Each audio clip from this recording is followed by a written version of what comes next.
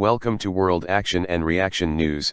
Before starting today's news, my request to all dear friends, please press like button if this information is useful for you, and also hit the subscribe button along with bell icon for future news updates.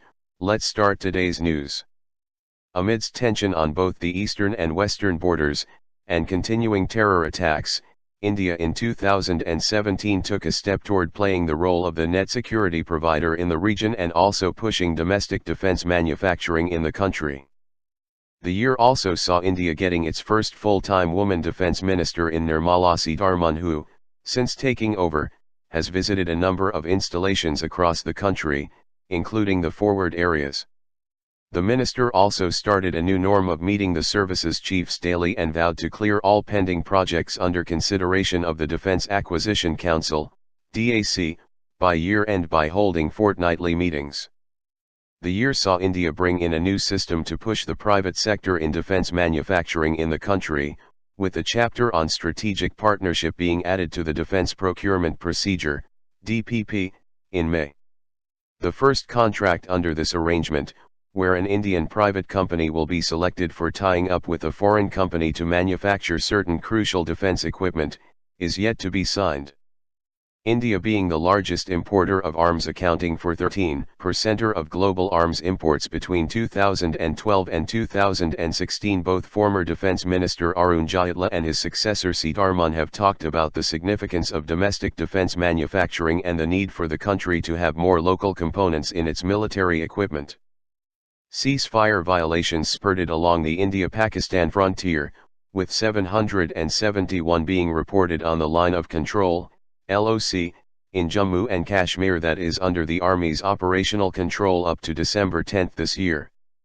This is a threefold rise compared to 228 by Pakistani forces in 2016. Along the India-China border, while no bullets have been fired in 40 years, a 73-day standoff was witnessed at Doklam in Sikkim over the building of a road by the Chinese military in the area that is claimed by Bhutan. Indian troops stalled the work, citing the disputed status of Doklam and its proximity to a key artery in the northeast. The crisis was resolved on August 28 after both the armies retreated from the point of the face-off. As the two nations were in a wait-and-watch mode, Indian Army tightened its preparedness at the eastern border, and so did China. The period also saw a scuffle between Chinese and Indian soldiers in Ladakh and a spurt in the number of Chinese ships in the Indian Ocean. Submarines and ships of the People's Liberation Army Navy, PLAN, have maintained a regular presence in the Indian Ocean region, IOR, in the name of conducting anti-piracy patrols, with an average of 7 to 8 planned ships in the region at any given time. But, in August, for about 2 weeks there were 14 Chinese naval ships in the IOR, which has been attributed to the vessels heading for an exercise, and a changeover in anti-piracy patrol duties. Maritime security came in the forefront of India's defense and diplomatic negotiations with a number of friendly nations, and the trilateral Malabar naval exercise between India, the US and Japan from July 9 to 17 that saw China bristling. The Indian Navy reoriented its deployment philosophy to mission-based deployments to fit its role of being a net security provider in the region, and had its ships in international waters from the Horn of Africa and the Gulf of Aden in the west to the Strait of Malacca and the Andaman Sea in the east on permanent deployment. A total of 65 Indian Navy warships had been deployed at various times on anti-piracy operations till December 17, safely escorting more than 3,788 ships, including 405 Indian ships. Till date, the Indian Navy has thwarted 44 piracy attempts and apprehended 120 pirates.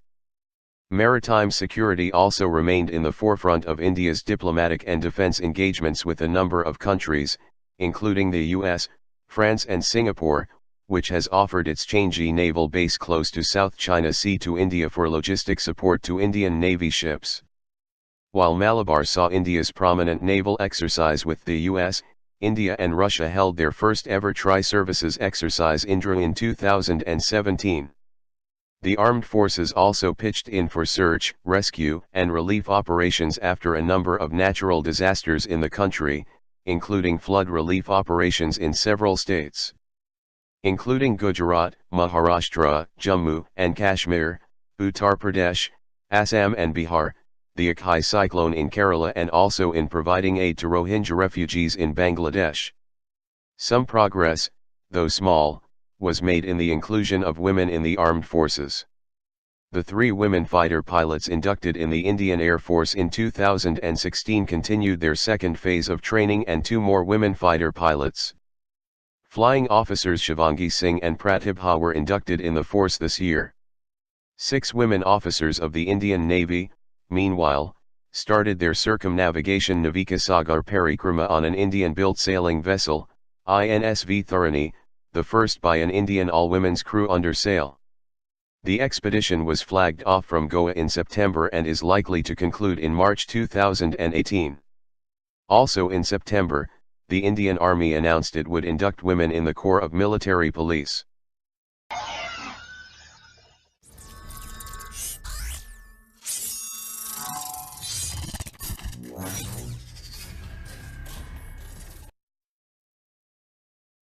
Thanks for watching. I hope you like this news. Please share your views in comment box. Please like and share this video. Press subscribe button and bell for auto update to you regarding my channel World Action and Reaction News. Warn.